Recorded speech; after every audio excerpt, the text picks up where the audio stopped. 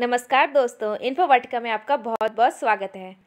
आज इस वीडियो में हम डिस्कस करने जा रहे हैं मॉक टेस्ट फिफ्थ। ये इस सीरीज़ का 5वां पार्ट है। इससे पहले हम 4 पार्ट को ऑलरेडी डिस्कस कर चुके हैं, जिसमें हमने बहुत ही इंपॉर्टेंट क्वेश्चंस को डिस्कस किया है। अगर आपने वो वीडियोज़ नहीं देखी हैं तो आप ज़रूर चेक करिएगा उनको, क्योंकि उसमें बहुत ही इंपॉर्टेंट क्वेश्चंस हमने डिस्कस किए हैं जो कि आपके एग्ज़ाम में बहुत ज़्यादा हेल्प करेंगे। डेफिनेटली वो आपके एग्ज़ाम में हेल्प करेंगे। इससे पहले आपने हमारे चैनल को सब्सक्राइब नहीं किया है या इस चैनल को पहली बार देख रहे हैं तो इस चैनल को सब्सक्राइब करिए और बेल आइकन ज़रूर प्रेस करिए, ताकि आगे की नोटिफिकेशंस आपको टाइम टू टाइम मिलती रहें। आप मुझसे सोशल मीडिया पर जुड़ना चाहते हैं तो आप मुझे यहाँ फॉलो कर सकते हैं, और वीडियो की PDF टेलीग्राम चैनल पर अपलोड कर दी जाती है, तो वहाँ से जाके आप डाउनलोड कर सकते हैं। आज मैं आपके साथ शेयर करूँगी बहुत ही इंपॉर्टेंट टिप। ये टिप आपके प्रिपरेशन में बहुत ज़्यादा आपको हेल्प करेगी। कैसे आप जो पढ़ते हैं वो आपको याद रहे, कैसे आप उसको याद रख पाएँ। ठीक है, तो इस टिप को हम डिस्कस करेंगे, हम शेयर करेंगे वीडियो के लास्ट में जब हम क्वेश्चंस को सॉल्व कर लेंगे तब। तो आप वीडियो के एंड तक बने रहिएगा। ठीक है, आज का हमारा पहला क्वेश्चन है कि हाल ही में भारत सरकार द्वारा शुरू किया गया ऑपरेशन गंगा किससे संबंधित है। ठीक है, तो जो अभी ऑपरेशन गंगा चलाया जा रहा है, जो यूक्रेन और रशिया के बीच में युद्ध चल रहा है उसके लिए, तो इसमें किस लिए चलाया गया है, ताकि यूक्रेन में जो भी भारतीय लोग फंसे हैं उनको भारत सुरक्षित वापस लाया जा सके। ठीक है, इसलिए ऑपरेशन गंगा को चलाया जा रहा है। तो इसका जो सही आंसर है, उत्तर हो गया यूक्रेन में फंसे भारतीय को सुरक्षित वापस लाने के लिए। ठीक है, अगला क्वेश्चन है निम्नलिखित कथनों पर विचार कीजिए। कौन सा कथन इसमें सही है ये आपको बताना है। ठीक है, तो पहला कथन है यूक्रेन यूरेशियन इकोनॉमिक यूनियन का हिस्सा है जिसमें एक एकीकृत एकल बाजार है। तो ये कथन एकदम सही है। ठीक है, जो यूरेशियन इकोनॉमिक यूनियन है वो पूर्वी यूरोप, पश्चिमी एशिया और मध्य एशिया में स्थित सोवियत संघ के बाद राज्यों का एक आर्थिक संघ है। इसमें कौन कौन से सदस्य हैं? यूरेशियन इकोनॉमिक यूनियन के सदस्य हैं आर्मेनिया, बेलारूस, कजाकिस्तान, किर्गिस्तान और रूस इसमें शामिल है। ये इसके सदस्य हैं। ठीक है, दूसरा कथन आता है कि नॉर्मेंडी फॉर्मेट, नॉर्मेंडी प्रारूप एक राजनयिक समूह है जिसे जून 2014 में रूस की सैन्य आक्रामकता के कारण यूक्रेन में संघर्ष के लिए एक शांतिपूर्ण समाधान खोजने के लिए बनाया गया था। तो ये कथन भी सही है। ये एक अनौपचारिक मंच है जिसमें फ्रांस, जर्मनी, रूस, यूक्रेन द्वारा ये स्थापित किया गया है। तो ये दोनों ही कथन सही हैं। ठीक है, अगला क्वेश्चन है यूक्रेन की भौगोलिक स्थिति से संबंधित कौन सा कथन असत्य है। इसमें असत्य पूछा गया है। तो पहला कथन दिया हुआ है बुल्गारिया की सीमा यूक्रेन और ब्लैक सी से लगती है। तो ये कथन सही नहीं है। ठीक है, ये कथन गलत है। बुल्गारिया जो कि नाटो का मेंबर है, ठीक है, नाटो का मेंबर है, नाटो का सदस्य है, लेकिन इसकी सीमा यूक्रेन से नहीं मिलती है। यूक्रेन क्या है? दुनिया का 46वां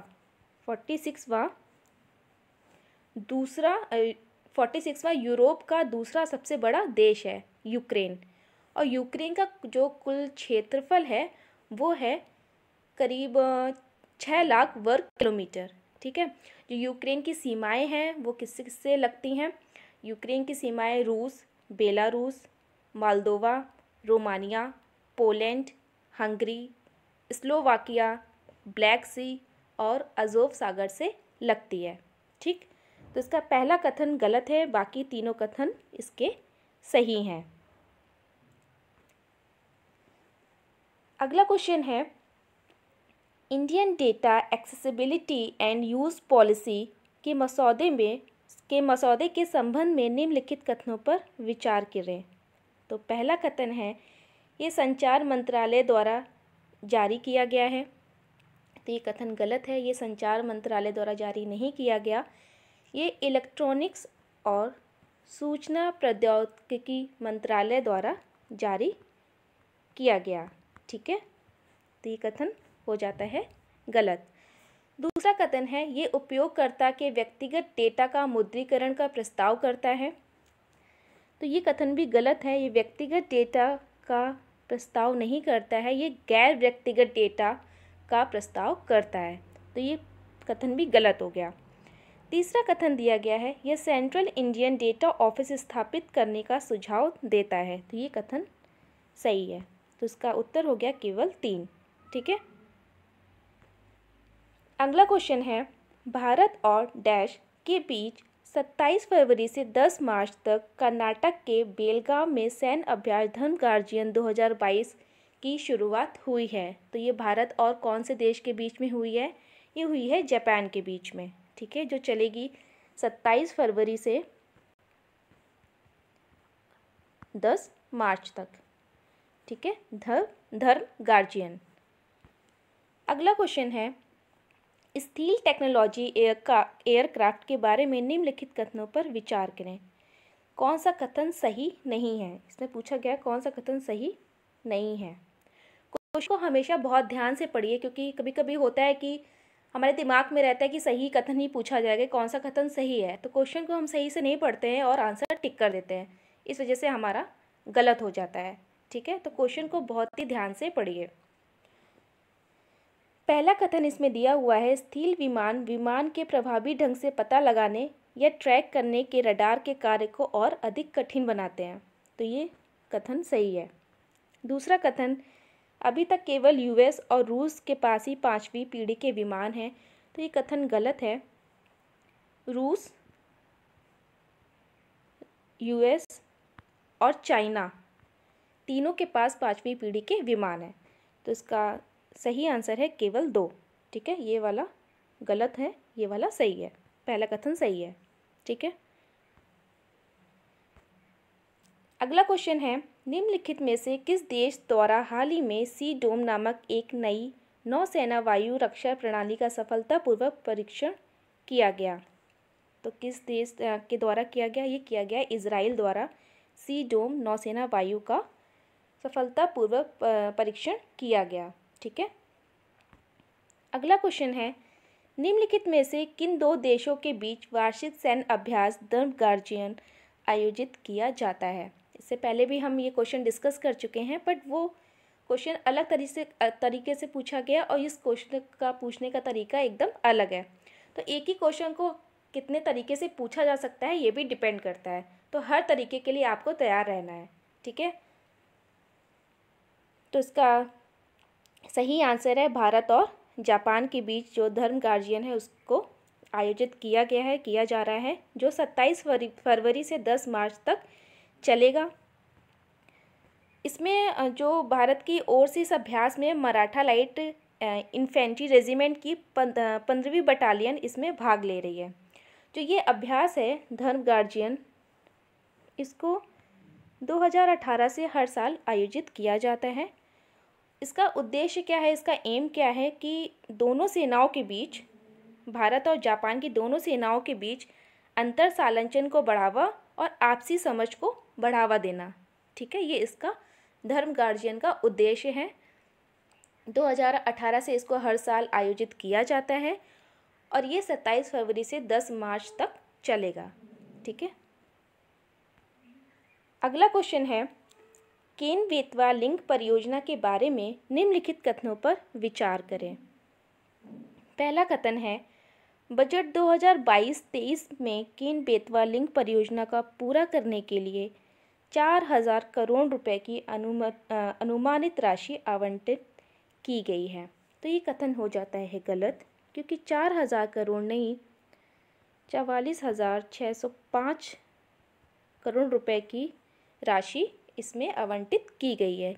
ठीक है, दूसरा कथन है केन बेतवा लिंक परियोजना बेतवा नदी से केन नदी में पानी स्थानांतरित करने का प्रस्ताव करती है। तो ये कथन भी गलत है, क्योंकि बेतवा नदी से केन नदी नहीं, केन नदी से बेतवा नदी में पानी स्थानांतरित करने का प्रस्ताव करती है। तो ये दोनों ही कथन हो जाते हैं गलत। इसका सही आंसर है ना तो 1 और ना ही 2। ठीक, अगला क्वेश्चन है, 38वीं समांतर रेखा किन दो देशों के बीच विभाजक रेखा है? तो ये है उत्तर कोरिया और दक्षिण कोरिया के बीच की विभाजित रेखा है। अगला क्वेश्चन है, भारत वन स्थिति रिपोर्ट 2021 के संबंध में निम्नलिखित कथनों पर विचार कीजिए।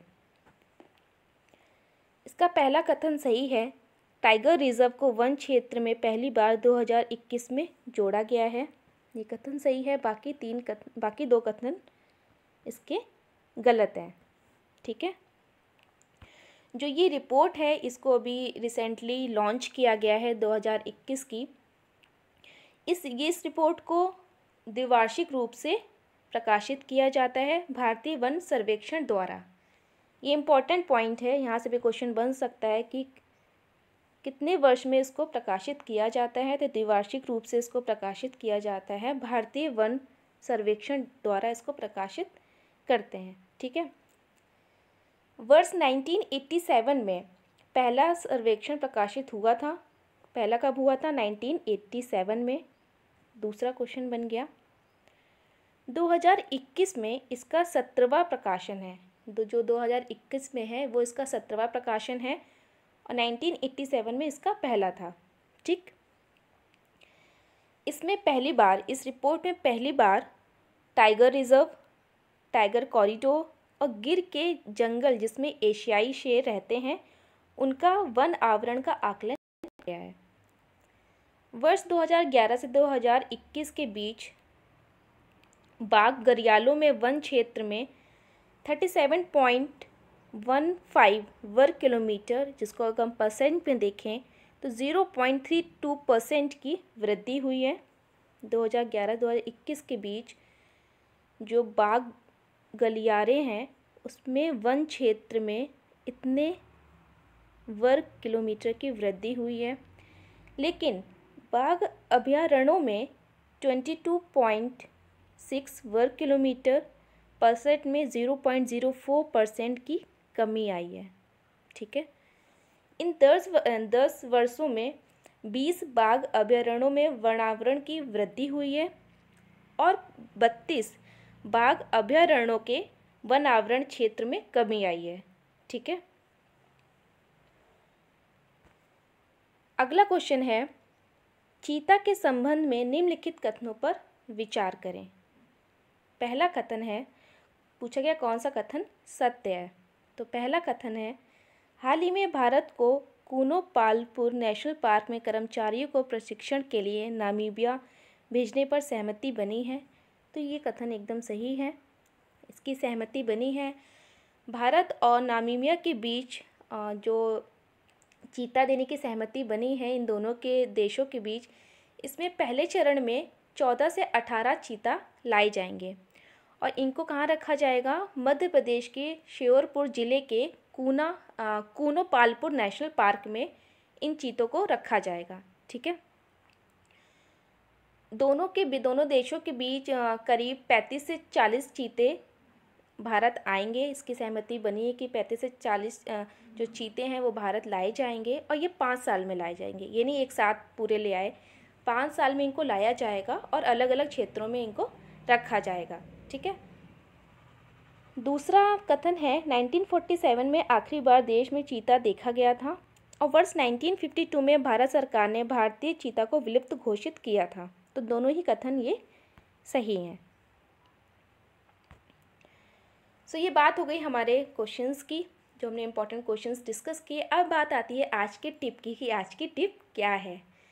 तो आज की टिप ये है कि हम जो भी चीज़ पढ़ते हैं, जैसे हमने कोई चैप्टर स्टार्ट किया, चैप्टर पढ़ा या फिर कोई टॉपिक पढ़ा, कोई चैप्टर पढ़ा या फिर कोई टॉपिक पढ़ा, आज हमने पढ़ा, कल हमने दूसरा चैप्टर या टॉपिक पढ़ा, परसों हमने तीसरा कोई चैप्टर या टॉपिक पढ़ा, बट जो हमने पहले का पढ़ा हुआ है उसको हम रिवाइज़ नहीं करते हैं। सबसे बड़ी गलती हम यही करते हैं।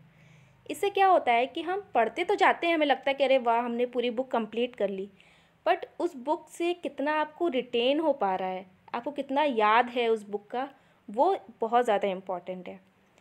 तो आप पहले, जैसे आज आप मंडे है, तो अगर आपने आज मंडे है तो अगर आपने आज एक चैप्टर या कोई टॉपिक उठाया, आज आप उसको पढ़िए, नेक्स्ट डे अगर आप कुछ नया स्टार्ट करते हैं तो पहले प्रीवियस डे का आपको रिवीजन करना है, फिर कोई न्यू टॉपिक आपको पढ़ना है, ठीक है।